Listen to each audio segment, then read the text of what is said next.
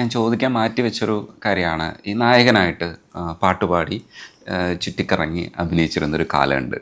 നായകൻ കുറച്ചുകൂടെ ഇന്നത്തെ കാലഘട്ടത്തിൽ കുറച്ചുകൂടെ സിനിമയെ ഷോൾഡർ ചെയ്യുന്നതാണ്. പക്ഷെ ക്യാരക്ടർ റോളിലേക്ക് മാറുമ്പോൾ അഭിനയ സാധ്യത കൂടുതലാണെങ്കിലും ഈ ഷോൾഡറിൻ്റെ ഭാരം കുറയുന്നതായിട്ടാണ് നമ്മുടെ ഒരു സിനിമ കൾച്ചർ. പക്ഷെ ഇപ്പോൾ അത് മാറി. ഇപ്പോൾ എല്ലാവരും ഷോൾഡർ ചെയ്തേ മതിയാവൂ എന്ന് പറയുന്ന ഒരവസ്ഥയിലേക്ക് ഇപ്പം കിഷ്കിന്താനന്ദവും എല്ലാം നമ്മൾ സംസാരിക്കുന്ന സമയത്തൊക്കെ എല്ലാവരുടെയും അഭിനയത്തെയാണ് അതിനകത്ത് വിലയിരുത്തുന്നത്. പ്രേക്ഷകനും കുറേ മാറിയിട്ടുണ്ട്, സിനിമ മാറിയിട്ടുണ്ട്. പക്ഷെ ആ കാലഘട്ടത്തിൽ നായകനായിരുന്നു, ഇപ്പോഴും ഉണ്ട്, പക്ഷെ നായകനായിരുന്നു കുറച്ചുകൂടെ പ്രോമിനൻസ് കിട്ടിയിരുന്നത്. അങ്ങനെ ഒരു നായക കഥാപാത്രങ്ങളിലേക്ക് കുറേ പോയതിനു ശേഷം എന്തുകൊണ്ടാണ് അതിൽ വീണ്ടും വീണ്ടും അതങ്ങനെ പ്രൊമോട്ട് ചെയ്ത് വരാത്തത്? സ്വാഭാവികമായി സംഭവിച്ചതാണോ അതെ അതിലേക്ക് ശ്രദ്ധ കൊടുക്കാത്തതാണോ? പറയുന്നോണ്ട് ചിലപ്പോൾ വല്ലതും വിചാരിക്കുമെന്നറിയാം. കുറച്ച് രണ്ടു പടത്തിലൊക്കെ നായകനായിട്ട് അഭിനയിച്ച് കഴിഞ്ഞാൽ ഭയങ്കര കുഴപ്പമെന്ന് വെച്ചാൽ കുഴപ്പമെന്ന് വെച്ചാൽ വ്യത്യസ്തമായിട്ടൊന്നും ചെയ്യാൻ പറ്റില്ല. ഇപ്പം നായകനാണ്, ഇപ്പം ദേശാടനത്തിനകത്ത് പ്രധാന വേഷമാണെങ്കിലും അതിനൊരു നായകൻ എന്നുള്ള രീതി, അത് ക്യാരക്ടറാണ്. ദ്രാവിഡൻ, പിന്നെ പടനായകൻ, കുടമാറ്റം, ബ്രിട്ടീഷ് മാർക്കറ്റ്, ഇതൊക്കെ ഓടിയ സിനിമകളാണ്. ഇതിനകത്ത് ഓടുമ്പോൾ എന്നെ അത് വിളിക്കാൻ കാര്യം എന്താ വെച്ചാൽ എൻ്റെ അന്നത്തെ അത് ട്രാവണ്ണൂർ, കൊച്ചിൻ, മലബാർ, ഈ 3 ഏരിയ ആയിട്ടാണ് സിനിമ വിൽക്കുന്നത്, ഡിസ്ട്രിബ്യൂഷൻ നടക്കുന്നത്. അത് ചില കമ്പനികൾ ഓരോ സ്ഥലം വിൽക്കും. അപ്പം മലബാർ എൻ്റെ പടങ്ങൾക്ക് നല്ല വിലയാണ്. അത് കാര്യം വെച്ചാൽ അടി ഒരു 6-7 ഫൈറ്റ് കാണും. മനസ്സിലായില്ലേ? ഇത് തൂമ്പാപ്പണി പോലെ കൂലിക്ക് പണിയല്ല, രാവിലെ ഇറങ്ങും. ഒരു ഫൈറ്റ് എന്നൊക്കെ പറഞ്ഞാൽ പണ്ട് കുടിച്ച ഈ മുലപ്പാലുമായി വരുമെന്ന് പറഞ്ഞാൽ അന്ന് ഇന്നത്തെ പോലെ സേഫ്റ്റി മെഷേഴ്സ് ഒന്നും ഇല്ല. ഈ നമ്മളെ കമ്പിയിട്ടൊക്കെ പൊക്കാന്നൊക്കെ പറഞ്ഞാൽ കോസ്റ്റ്യൂമർ കഴിയുന്ന ലുങ്കി വാങ്ങിക്കും. ലുങ്കി വാങ്ങി നമ്മുടെ കാലിലൊക്കെ ഇട്ട് ലുങ്കി ഇട്ട് വയറൊക്കെ ഇട്ടു, എന്നിട്ട് കമ്പി ഇട്ടും എന്നിട്ട് പഠിക്കണം. അയ്യോ, അതുപോലെ ഇപ്പോൾ ചെളി കിടന്ന് വായിക്കും. എൻ്റെ മുട്ട് ലിഗമെൻ്റ് പോയി, ഈ മുട്ട് ഇതായിട്ട്. അങ്ങനെയൊക്കെ സംഭവിക്കും. അതൊന്നും യാതൊരു സേഫ്റ്റി മെഷേഴ്സും ഇല്ല. എന്തെല്ലാം പറ്റും. നടുവൊക്കെ തല്ലി ഇങ്ങനെ അടിച്ച് വീണിട്ടുണ്ട് ഞാൻ മോളിൽ നിന്നൊക്കെ. മോളിൽ നിന്ന് ചാടുന്ന ഇന്നിപ്പോൾ ബലൂണൊക്കെ ഉണ്ട് താഴെ. പണ്ട് അട്ടപ്പെട്ടിയില്ലേ, നമ്മുടെ ഈ ബോക്സ് ഉണ്ടല്ലോ, സാധനങ്ങളൊക്കെ വരുന്ന ആ ബോർഡിൽ അങ്ങനത്തെ പെട്ടികൾ അടുക്കി വെക്കും. ചുമ്മാ കാലിപ്പെട്ടികൾ അടുക്കി വെച്ചിട്ട് നല്ല പൊക്കത്ത് വയ്ക്കും. അതിൻ്റെ മുകളിലൊരു ഇതിടും, അങ്ങോട്ടാണ് ചാടുന്നത്. അല്ലാതെ ബലൂണൊക്കെ ഒന്നുമില്ല.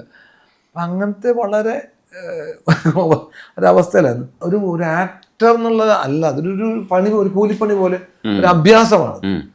അതിനൊരു ആക്ടറുടെ ആവശ്യം പലപ്പോഴും ഇല്ലാന്ന് എനിക്ക് തന്നെ തോന്നുന്നു. ഞാൻ എൻ്റെ പണി അല്ലല്ലോ അതെന്ന് എനിക്ക് തോന്നുന്നു. അപ്പം അങ്ങനെ, പക്ഷെ പൈസ കിട്ടും. ഈ പറഞ്ഞ പോലെ ഹീറോ എന്ന് പറയും, എനിക്കത് കുറച്ച് ഒരു താല്പര്യക്കുറവ്. മാത്രമല്ല എന്നെ അങ്ങനത്തെ കഥാപാത്രം വിളിക്കുന്നു, അങ്ങനെ 1-2 ക്യാരക്ടേഴ്സാണ്. പിന്നെ ആരെങ്കിലും ചെറിയ പടമല്ലേ, കുട്ടനാട്ടിനെ വെച്ചൊരു ചെറിയ പടം ചെയ്യുന്നു, അപ്പം ചെറിയ മുതൽ മുടക്കി, അപ്പം അതിന് എത്രയും ചെറുതാക്കാവോ അത്രയും ചെറുതാക്കും.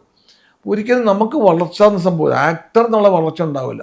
ഇതൊരു പ്രത്യേക ഫ്രെയിമിലാണ് ഹീറോ എന്ന് പറയുന്നത്. അവൻ്റെ വിജയം, അവൻ്റെ 2 പാട്ട് കാണും, ഒരു 8 ഫൈറ്റ് കാണും, അവൻ എല്ലാവരും ആരെന്ത് പറഞ്ഞാലും അവൻ ജയിക്കും. ക്യാരക്ടർ എന്ന് പറയാൻ പറ്റില്ലല്ലോ. ഒരു പ്രത്യേക ഒരു ഫ്രെയിമിനകത്തുള്ള സംഭവങ്ങളാണ് അയാളുടെ സ്വഭാവങ്ങൾ. പ്രായം ഒന്ന് തന്നെയാണ്. ചിലപ്പം പോലീസാകുന്നേ ഉള്ളൂ, കാക്കി ഇടുന്നേ ഉള്ളൂ, കയ്യിലിരിപ്പെല്ലാം ഒന്ന് തന്നെ. എന്ത് ചെയ്യും നമ്മൾ? അങ്ങനെ 2000 എന്ന് പറഞ്ഞ വർഷമായപ്പോൾ ഞാൻ പതുക്കെ എനിക്ക് മനസ്സിലായത് കുഴപ്പമാണ്. ഞാൻ പതുക്കെ അങ്ങനെ ഈ കൊച്ചു പടങ്ങൾ എന്നൊക്കെ പറയുമ്പോൾ ഞാൻ പതുക്കെ ചവിട്ടി, അങ്ങനെ പടം ഇല്ലാതായി. ഞാൻ 2000 ഒരു സിനിമയിൽ അഭിനയിച്ചില്ല. എൻ്റെ പടങ്ങൾ ഇന്ന് 2000 റിലീസായിട്ടില്ല. പിന്നെ അതിന് മുമ്പ് ചില പടങ്ങൾ ചെയ്ത് വെച്ച പടങ്ങളൊക്കെ 2000 റിലീസായിരുന്നു. അല്ല, 2000 വേറെ പടം. അത് കഴിഞ്ഞിട്ട് ഞാൻ പിന്നെ ഈ പറഞ്ഞ ചെറിയ റോളുകളൊക്കെ അവനൊന്നും വിളിക്കുകയില്ല. എന്നുവെച്ചാൽ ഹീറോ ആയിട്ട് അഭിനയിച്ചുകൊണ്ടിരിക്കുന്ന ഒരാളെ എങ്ങനെയാ സപ്പോർട്ടിങ് ക്യാരക്ടർ അയാൾ വരുമോ എന്നൊക്കെയല്ലേ, നമ്മൾ ആര് വിളിച്ചാലും പോകുമെന്നുള്ളത് അനൗൺസ് ചെയ്യാൻ പറ്റില്ലല്ലോ. അങ്ങനെ ഈ പറഞ്ഞാൽ പിന്നെ ഞാൻ ഈ ക്യാരക്ടർ റോളുകൾ ചെയ്യുന്നത്, അതാണ് ഞാൻ ഏറ്റവും കൂടുതൽ ഞാൻ ആസ്വദിക്കുന്നത്. ഈ ക്യാരക്ടർ റോളുകൾ ചെയ്യുമ്പോഴാണ്. ഇപ്പോഴും നമുക്ക് പലതായിട്ട് ചെയ്യാൻ പറ്റും. അതാണല്ലോ ഒരു ആക്ടർ എന്ന്. അതാണ് എൻ്റെ മനസ്സിലെ ഒരു ആക്ടർ എന്ന് പറയുന്നതും അങ്ങനെ ആവണം എന്നാണ് എൻ്റെ ആഗ്രഹം. എനിക്ക് മറ്റേതിനോടൊരു മോശമെന്നല്ല കേട്ടോ ഈ പറഞ്ഞ, അതൊരു വേറൊന്ന്. എനിക്കൊരു സ്റ്റാർഡം അല്ല ഞാൻ ഒരിക്കലും ആഗ്രഹിക്കുന്നത്. ഞാൻ ഒരിക്കലും ആഗ്രഹിച്ചിട്ടുമില്ല. എനിക്ക് അതുകൊണ്ട് ഞാൻ ഈ പറഞ്ഞ ഒരിടത്തും സ്റ്റാർ എന്ന് പറഞ്ഞത് ഞാനൊരു ഈ പറഞ്ഞ ഉദ്ഘാടനത്തിനൊന്നും പോകാറില്ല. പോകാത്ത കാര്യം എനിക്ക് അങ്ങനെ ഒരു എന്നെ പ്രദർശിപ്പിക്കാൻ എനിക്ക് അത്ര താല്പര്യമില്ല. അത് വേറൊന്നുമല്ല. ഞാൻ ഇവിടെ ഒക്കെ ആയിട്ട് എനിക്കിങ്ങനെ കോളേജിലും എൻ്റെ വീട്ടിലൊക്കെ ആയിട്ട് ഇങ്ങനെ സ്വസ്ഥമായിട്ട് കഴിയുക. എൻ്റെ പ്രൊഫഷനാണ് ആക്ടിങ്. അതിനെനിക്ക് പൈസ വേണം, പൈസ തരും. എൻ്റെ സഹജീവികൾ അറിയുന്നു. പിന്നെ എനിക്ക് ഇഷ്ടപ്പെട്ട കഥാപാത്രം ചെയ്യാൻ പറ്റുന്നു. അതൊക്കെയാണ് സുഖം. പിന്നെ എല്ലാ കഥാപാത്രം ഇഷ്ടമാണോ, ഇഷ്ടപ്പെട്ടത് മാത്രമേ അഭിനയിക്കുള്ളൂ എന്ന് ചോദിച്ചാൽ അങ്ങനെ പറ്റില്ല. പ്രൊഫഷനാണ്, എല്ലാ റോളുകളും അഭിനയിക്കും, ആര് വിളിച്ചാലും പോകുമെന്ന് പറഞ്ഞാൽ. പക്ഷെ എന്നാലും ഹീറോ വേഷത്തിനോട് അന്നൊരു എനിക്കൊരു മാനസികമായിട്ട് ഈ നമ്മുടെ ഇവിടെ വേറെ കുഴപ്പമെന്ന് വെച്ചാൽ നമ്മളെല്ലാം ഹീറോ എന്ന് പറയുന്നത് ഇത് രണ്ടാണ്. നായകൻ എന്ന് പറഞ്ഞാൽ ഒരു കഥയിൽ നായകൻ നയിക്കുന്ന കഥ, ആദ്യമധ്യാന്തമുള്ള കഥയിൽ കഥ നയിക്കുന്ന ഒരാളാണ് നായകൻ. അത് വേണമെങ്കിൽ പട്ടിയാവാം, ഒരു പൂച്ചയുടെ കഥയാവാം, അങ്ങനെയൊന്നുമില്ല. അപ്പം അതാണ് നായകൻ എന്ന് പറയുന്നത്. നായകൻ ഹീറോ ആവണമെന്നില്ല. നായകൻ്റെ അപ്പാവി ഒരാളാണെങ്കിലും ഹീറോ എന്ന് പറഞ്ഞാൽ പ്രതിബന്ധങ്ങളെ തരണം ചെയ്തിട്ട് അതിനെ മറികടന്നു പോകുന്ന വളരെ ശക്തനായ ഒരു ക്യാരക്ടർ, അതാണ് ഹീറോ. നമ്മുടെ ഇവിടെ ഹീറോയും നായകനെ ഒന്നിച്ചിട്ടാണ് പറയുന്നത്. അതിനാണ് നമ്മൾ കഥ ഉണ്ടാക്കുന്നത്. അതിനാണ് ഇപ്പം നിങ്ങൾ പറഞ്ഞ പണ്ടത്തെ സിനിമകളിലൊക്കെ അവസ്ഥ അതായിരുന്നു. ഇപ്പം അത് മാറി. ഇപ്പം വളരെ നെഗറ്റീവായിട്ട് ചെയ്യുന്ന ആളും ഹീറോ നായകനാവാറുണ്ട്. അങ്ങനെ ഇപ്പം സിനിമയ്ക്ക് ഒരുപാട് മാറ്റമുണ്ട്. ഇപ്പോൾ പുതിയ ആൾക്കാർ വരുന്നു. ഇടയ്ക്കിടയ്ക്ക് ഈ ബ്രേക്കുകൾ വരുന്നത് പോലെ ഒരു സിനിമയായിരുന്നു ബിഗ് ബി എന്ന് പറയുന്ന സിനിമ മലയാളത്തിൽ. അതിൽ CI ജോർജായിട്ട് അഭിനയിച്ചിട്ടുണ്ടായിരുന്നു. ജോർജ് നിനക്കുള്ള പരിപ്പൂടൻ ചായ ഞാൻ പറഞ്ഞിട്ടുണ്ടെന്ന് പറയുന്ന ഡയലോഗ് ഭയങ്കര ഹിറ്റായിരുന്നു. ഉണ്ണിയാറിൻ്റെ റൈറ്റിംഗ് ആയിരുന്നു അതിൻ്റെ. ഇത്തരം ചില പോലീസ് കഥാപാത്രങ്ങളൊക്കെ ആവർത്തിക്കപ്പെടുമ്പോൾ, നമ്മൾ കുറേ കഥാപാത്രം പോലീസായിട്ട് ചെയ്തു, ഇപ്പോഴും ചെയ്യുന്നുണ്ട്. ആവർത്തിക്കപ്പെടുമ്പോൾ എങ്ങനെയായിരിക്കും അതിനകത്ത് പോവുക? ടെൻഷനോടുകൂടിയായിരിക്കുമോ പോലീസ്? എങ്ങനെയായിരിക്കും? ബുദ്ധിമുട്ടുണ്ട്. പോലീസുകാരെന്നൊക്കെ പറഞ്ഞാൽ ഇപ്പം തന്നെ പോലീസ് എന്ന് പറയുമ്പോൾ ഞാൻ പറഞ്ഞ പോലീസ് എങ്ങനെയാണ്. അപ്പം ചേട്ടാ ക്യാരക്ടർ എന്നൊക്കെ പറഞ്ഞ ഈ കഥയിൽ ആവശ്യമായൊരു പോലീസുകാരെന്നൊക്കെ പറഞ്ഞാൽ പിന്നെ വലിയ കുഴപ്പമില്ല. ഞാൻ ഈ പോലീസായിട്ട് ചെയ്യുമ്പോഴത്തെ ഈ പറഞ്ഞ മടുപ്പുണ്ടാവും. പിന്നെ എത്രയോ പോലീസ് ചെയ്യുന്നത്.